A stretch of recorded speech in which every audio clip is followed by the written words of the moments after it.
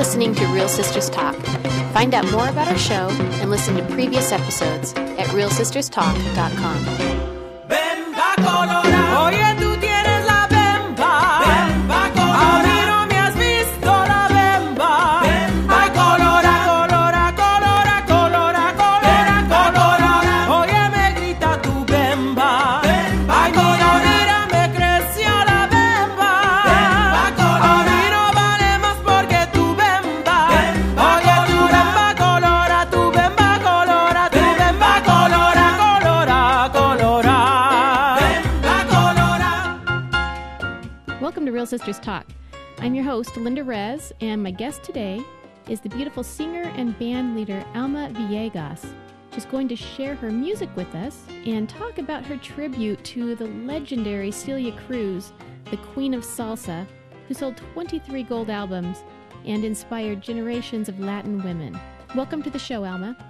Thank you for having me. I'm very thrilled. Well, you have a beautiful voice, and what can you tell us a little bit about what your experiences, your history, your inspiration, how you came to sing? Well, I'm originally from Tijuana, Mexico, and so I actually, since I was a little girl, I always did different kinds of performances, a lot of dancing and theater and such, and I didn't really start singing until I was in my mid-20s. I've sang in some choirs and did some musical theater and things like that, but wasn't really exposed to doing any live singing particularly with a band until my 20s and more actively in my early 30s here in Seattle, Washington.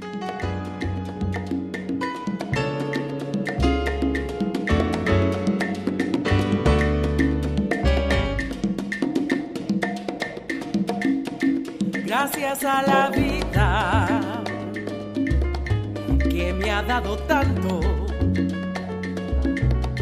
me ha dado la marcha de mis pies cansados, con ellos anduve ciudades y charcos. I was always exposed to a lot of music with my family. My parents were definitely very much into, particularly, the swing music of, the 40s and the 50s and that kind of thing. And so I had a lot of exposure to music growing up.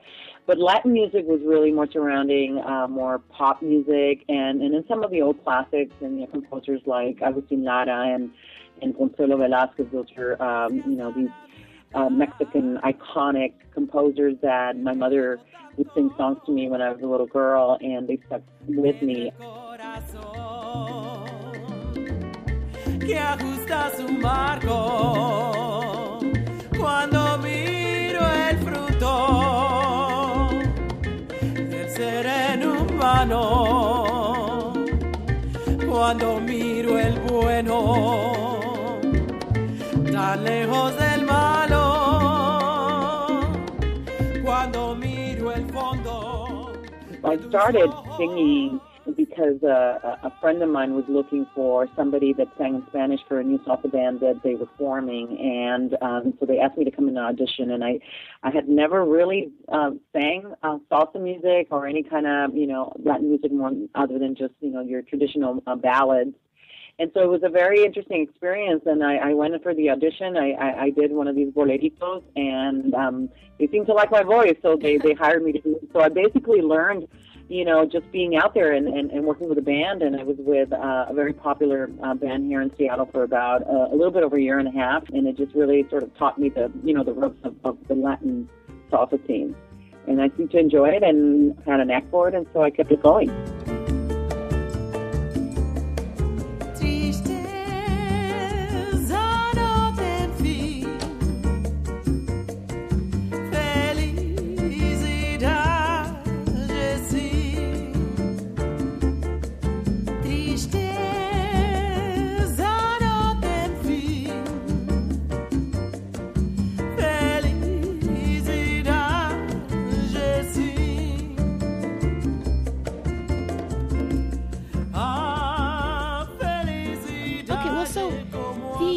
Music, or is it Celia Cruz? We're going to talk about her today. She's Cuban. How does that differ from like a Mexican salsa?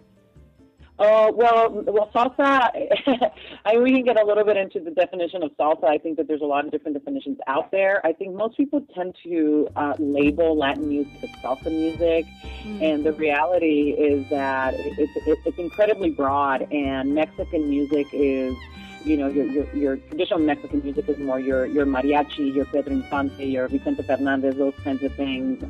And then from some of these ballads that became very popular in the United States in the 1940s. And those are something that are very, very dear to my heart. With the Cuban influence, particularly with Celia, that was something that I became exposed as I started working with a very specific band that focused on salsa music. A lot of, you know, Latin American music, South American music, and Cuban music. That was such a huge influence. I think with Celia Cruz in particular, for me, I was just have always been, as I learned more about her life and her influence in music, I mean, she was incredibly, just a very strong woman that really paved the way for Latina singers in the international scene, and so she definitely has been a huge influence on my life. But you know, I spent some time doing just straight salsa music. I spent some time working with a wonderful charanga band for about a year, also doing more of this traditional Cuban waltz, danzón type of style music. And then I decided to branch out on my own and form my own band and really try to do as many styles as possible, because I think there's so much beauty in this genre of music. Oye, ¿cómo va? Mi ritmo bueno pa' gozar. Mulata, oye, ¿cómo va? Mi ritmo bueno pa' gozar. Mulata, si tú no sabes bailar, si estás pelea con el sol, sígueme marcando el paso, que te aseguro que es lo más sabroso. Voy pa' la rumba, la rumba, la rumba. Viene la clave, la clave, la clave. Y hay que meterle candela al jarro para que se ponga sabrosón. Y te lo digo, oye, ¿cómo va? Mi ritmo bueno pa' gozar. Mulata, oye, ¿cómo va? Mi ritmo bueno pa' gozar.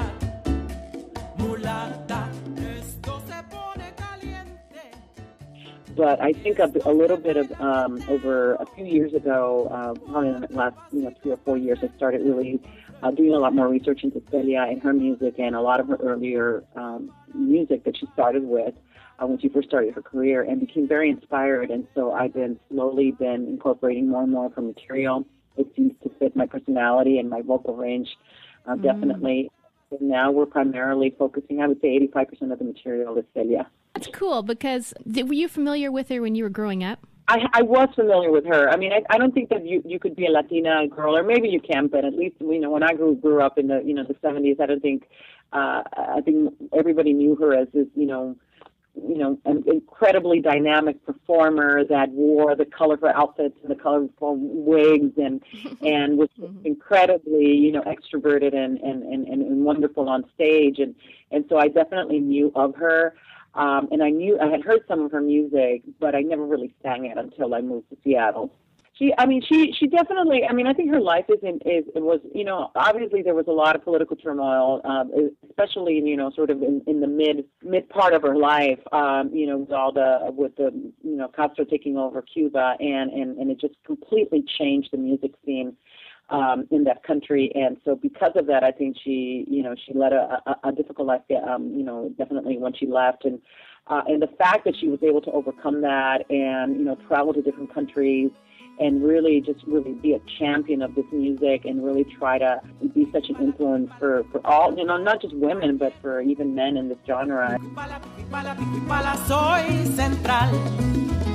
Pico y pala, compañero. Pico y pala, soy central. Cha, cha, cha, cha. Locomotora, ¿dónde tú vas? Yo voy a 4 caminos, songo la malla y voy para atrás. Cha, cha, chan, chan, locomotora, ¿dónde tú vas? Yo voy a cuatro caminos, songo la malla y voy para atrás. Wow. Some sadness in her life. She was never able to return back to Cuba, even when after her mother died, and it was something that, just really haunted her for the rest of her life, is the fact that she wasn't able to really even go and pay her respects. Wow. Pico y pala, compañero. Pico y pala, soy central. Pico y pala, compañero. Pico y pala, soy central. Pup, pup, chan, chan. Pup, pup, chan, chan. Locomotora, ¿dónde tú vas? Yeah, there was a performance. She was able to go, I can't remember exactly what the year was, but she was able to go and perform on the base, and so she, reached over, across the fence and grabbed some soil, and she buried with, she took it with her and buried with it. Yeah. Your band, you do a tribute to her. What does that look like when you perform it? So last year, actually, I was asked to do a performance for a festival down in Portland, Oregon, and this is with the artistic director of this theater, was someone that I had worked with during my theater days and my early theater days here in Seattle. Her name is Olga Sanchez, and she gave me an opportunity to go and do a pilot performance of, just specifically focused on Celia and her life down at the theater, down there, Milagro Theater. Wonderful theater that I hope everyone can check out. And it was actually an opportunity for me to really just dive in and do a lot of research. And, I read a lot of her, biographies and started to get a little bit more into the history. And what I decided to do, a few years ago, there's a musical out there called Celia. And it's wonderful. I don't know if you ever had a chance to see it, but it's wonderful. It just kind of incorporates her life and her music. My performance it's not really a theater piece. It's really more just an opportunity for me to weave some of the most, fascinating stories of her life in with some of her music. And that's basically what I do. It's really more of a conversation with the audience, where I play, in a pretty, I would say in a pretty chronological order, different music from her early influences all the way up to, her version of I Will Survive, Yo Viviré, which is, something that she recorded, later on. What was very interesting to me is there's so many stories to choose from, and I had a real tough time figuring out how to narrow it down. But I think we did a pretty good job, and we had a lot of fun. And it was a theater where there was an opportunity for people to get up and dance. And so now what I'm doing is I'm really trying to expand that show a little bit more, really use it as an opportunity to influence and inspire, hopefully, Latina artists, younger Latina artists that are just coming out, and letting them know that, everything can be achieved if you put your mind to it and put yourself out there. So, well, let's go ahead and go through some of the songs. Which one was the first one? Which is your first album? So the first album that I recorded, and it's just entitled Alma Villegas. It's just my name, and I just wanted to pick some of my favorite music and some music that I grew up with, and then some of the early early pieces that inspired me from Celia's material. But it's really a combination. There's also some Brazilian things in there, some wonderful traditional, typical bossa novas that everybody knows. And so I wanted to do more of a variety there. And so I recorded my first CD with my core band, which was at that time a 5-piece band, and then added some additional instrumentation. And the second CD is when I really try to focus it a little bit more on some Celia material. And that's when I really rebranded myself and decided to name the band. And I decided to name the band Azúcar, which is the calling card of Celia Cruz. She was known for always blowing out azúcar, which means sugar. Some amazing, story behind Azúcar. It was she was in a restaurant in Miami, and she went in there and she asked for coffee, and they came over and they didn't have any sugar, and so she went Azúcar, and then she started telling. And so that night she had a performance and she told the story on stage, and people found it really funny, and so she kept it, and so she was known for always, from that moment forward, every performance she called out Azúcar, and so for me, I figured, it's a good way to honor her and that calling card, but there's also, for me, it's a good way to honor my incredible musicians that I play with. I think that without them, I wouldn't be out there performing. And, so I always say I'm the soul, but they're the sugar. They're the sugar, huh? You're the soul. That's good. What's your favorite song on there? I remember Perfidia was a song that I always would always remember because it was the song that music was played, and I don't remember, but in Casablanca, there's in the Bogart Ingrid Bergman movie, there's a scene where they're dancing in Paris, and they're dancing to Perfidia. That's the first time that I was like, oh no, I heard that. I'm like, wait a minute, I recognize that song in this movie. My mother sings it to me. So sweet. Let's go ahead and play that song.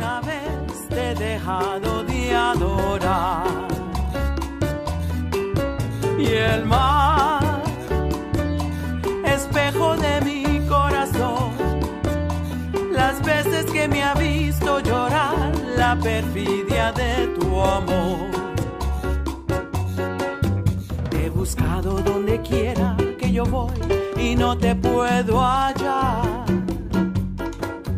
¿Para qué quiero tus besos si tus labios no me quieren ya besar?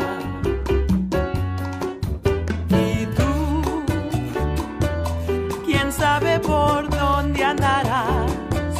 ¿Quién sabe qué aventura tendrás? Qué lejos estás de mí.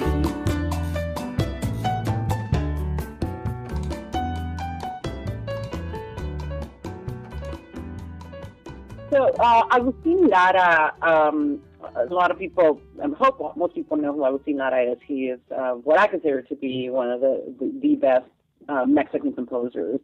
And there's actually an interesting story about Agustin Lara actually told Celia Cruz when after she left Cuba, her and some of the members of her band that she left with ended up in Mexico and doing some performances in Mexico. And Agustin Lara always, basically wanted her to live there. He said, come and live in Mexico, and I will build you your own theater. He really wanted her there. And so there's that connection there. But he wrote many, many, many songs that are just known all over the world. But Solamente una vez is probably one of his most famous. It's also, I think in English it's called You Belong to My Heart, or something like that. Which is to me very interesting. There were a lot of different songs that they took from Latin America in the 1940s and they became popular in the United States. But they translated them, and the translations are not necessarily the same as Spanish lyrics. But anyway, Solamente una vez.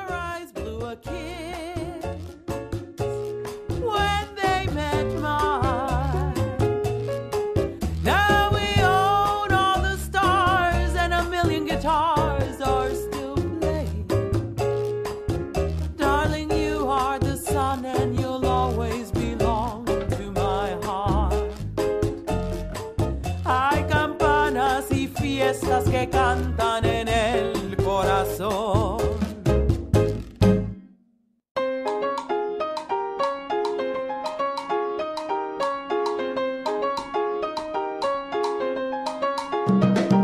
Una vez nada más. Una vez nada más. Una vez nada más. Una vez nada más.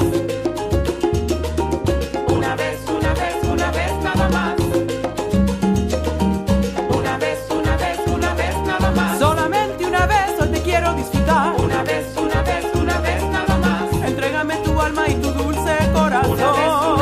Una vez nada más. Solamente una vez. Una vez nada más. Te presento mi bien y tú un montuno sabrosito. Una vez. What characteristics do you both share that she speaks to? I would say that for me, probably, this is an incredibly male-dominated genre of music. It obviously it has changed in the last couple of decades or so, but during that time there were some iconic female performers, but it was mostly dominated by men. And I have to say that even in my early years, especially here in Seattle, starting out, there was definitely that feel, that there were very few of us Latina singers out there that were doing this kind of music. And I think that her, a lot of people, it's something that I learned as I was doing more research into her, is was there discrimination, because of, her race or her skin color, those kind of things. But, but I think number one, I think is just really the fact that she was able to really stand out in this male-dominated genre and just be able to bring this, from an international perspective, to really bring this music to the forefront and women and talented women. And so I think that that's something that has inspired me, and that I've definitely used in moments when I feel like maybe I'm not taken too seriously or into consideration because it's more of this male-dominant scene. I think the other thing about Celia is just her always just full of life and happiness and joy.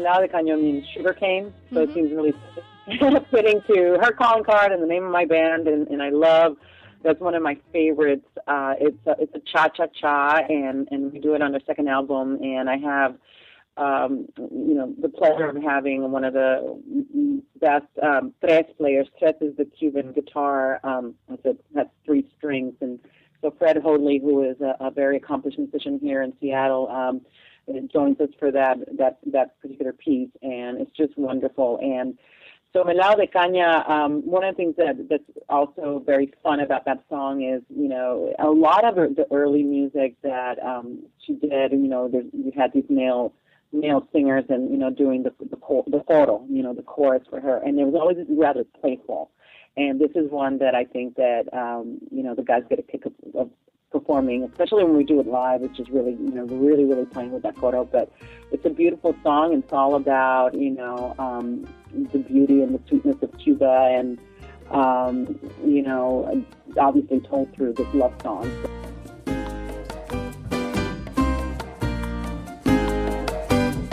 Tus labios son dulces, melado de caña. Tus labios son dulces, melado de caña, saben a rico parar, dulce miel azucarada, nuestra caña. There's an album that I just fell in love with, and it's called Azúcar, 100% Azúcar, and so these tunes are actually from that album. It's one of my favorites, and Caramelos is another one that we recorded in that, and that's a mambo, son montuno, sorry, and that one's also really playful and fun. Bemba Colora is a guaguancó. That was the thing that I like particularly about Bemba Colora is just really the transitions of that tune. It starts pretty upbeat and moves into this, it starts with this guaguancó, moves into a cha-cha. And I have Ben Bertier playing the piano solo on that, and amazing trumpet player Peter Green on both that one and Caramelos. So, but Bemba Colora is one that she was very well known for. I think this day and age would probably, there wasn't ever any shame to, whether it was her African roots and the color of her skin and these kinds of things. But I do think that I've spoken to some people that feel that the title of that song is somewhat inappropriately racist. But the music is so beautiful and wonderful, and she just sang it with so much pride that I just had to add it. Let's go ahead and play it. It's a very cool intro.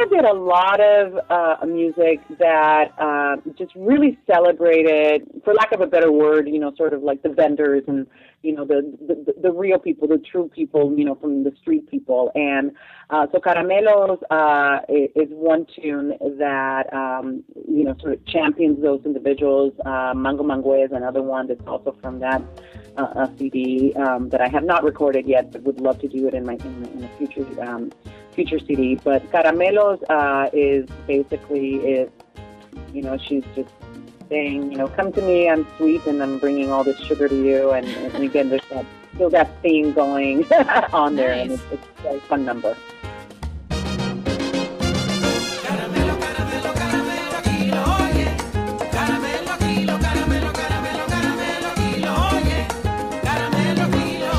Yo traigo mis caramelos, sabrosos pa' tu boquita.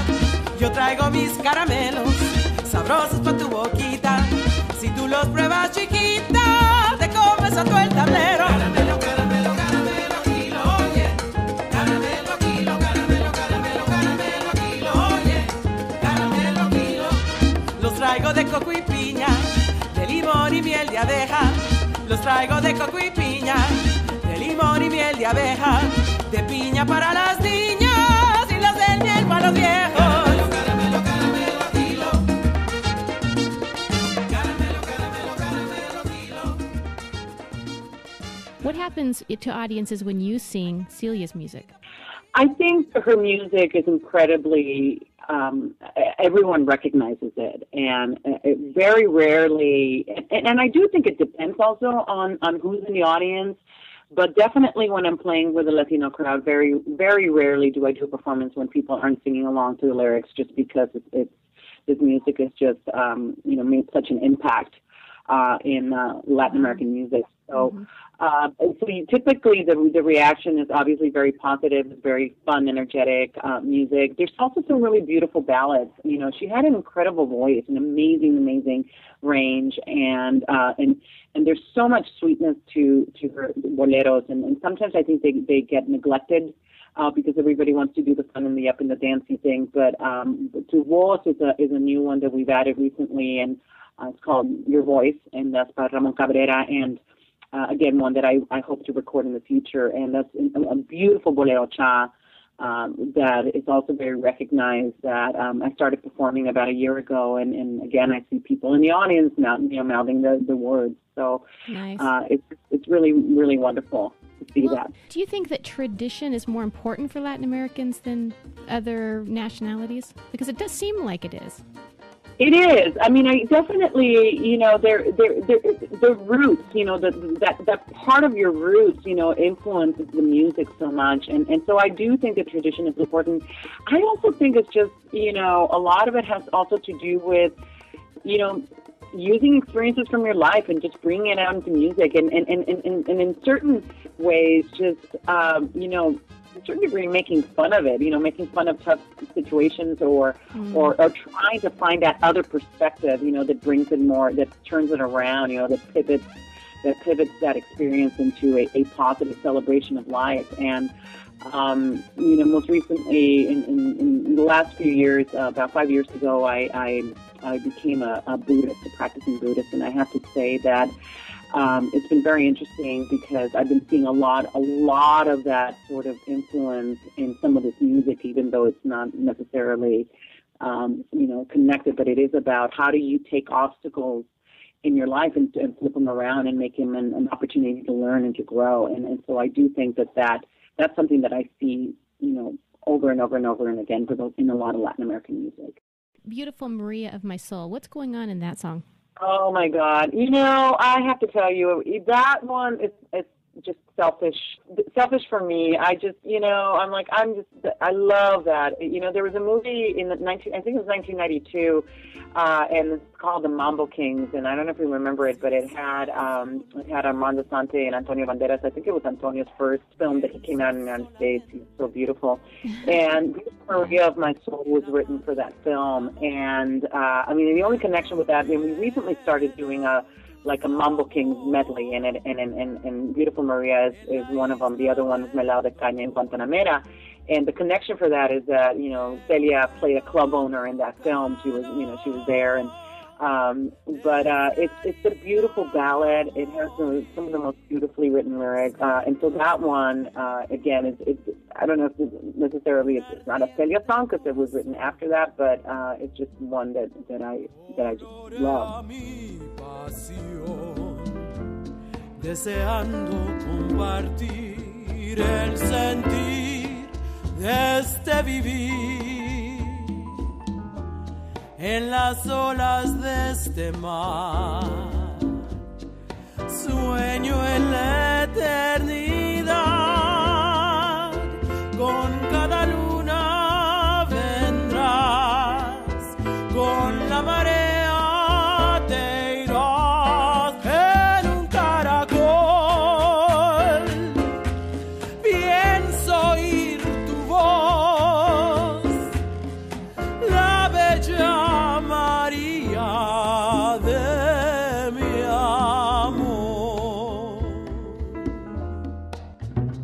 You can find out more about Alma on her website. It's Alma, and her last name is spelled Villegas.com. You can see her music and a little bit more about her pictures, reviews, all kinds of different things. You can buy the albums online as well. Now, I was asking, but I guess I chose the one that's probably least traditional. What's the most traditional on the album? I think it depends on where you're coming from and what your perspective is. But I will say that probably the most traditional, not in the Alma y Azúcar album, but in the first album, Alma Villegas, and that I would say is out of all of the music that I've recorded is La Llorona.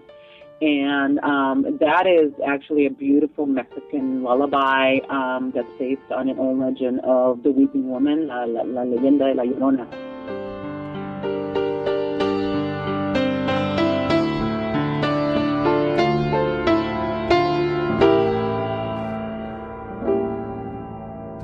Todos me dicen la negra llorona, negra pero cariñosa.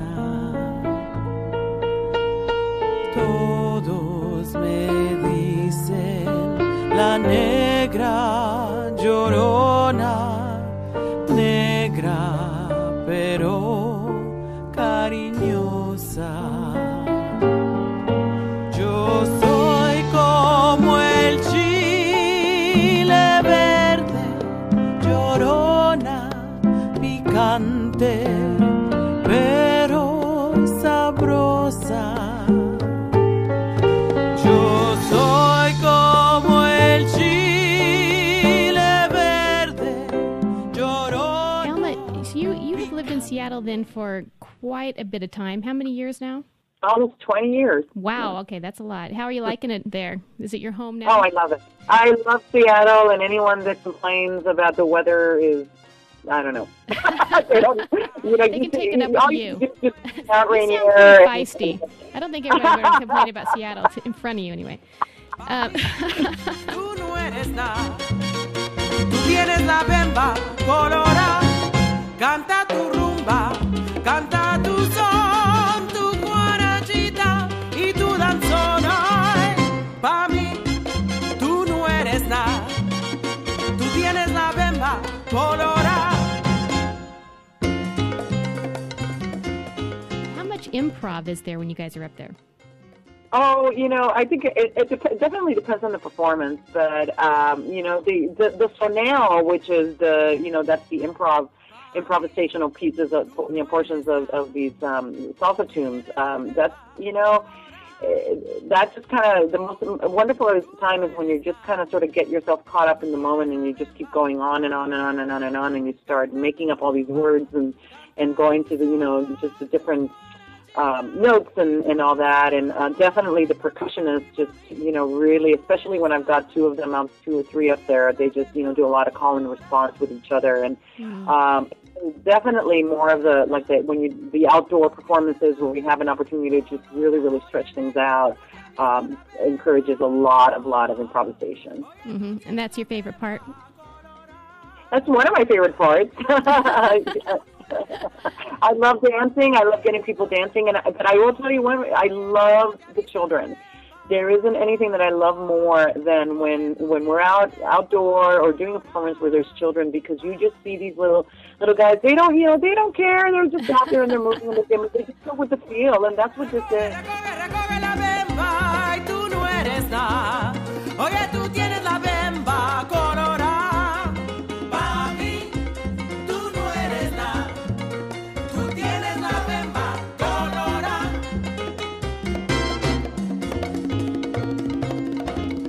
You know, in the early years when I was doing the salsa music, it was wonderful. But I have to tell you, sometimes it was intimidating. You see these amazing dancers, and it was beautiful to watch. Mm-hmm. But for some people, it was intimidating, and I didn't want that. I want to do a band where I don't want people to have to worry about, where this step or that step. I just want you to move to the music. And so when I had the opportunity to go out there and perform an outdoor festival, and the children are right in front, just moving around, I'll get off the stage and I'll go out there with them, because it's just such a wonderful, beautiful experience, and that's what music is all about.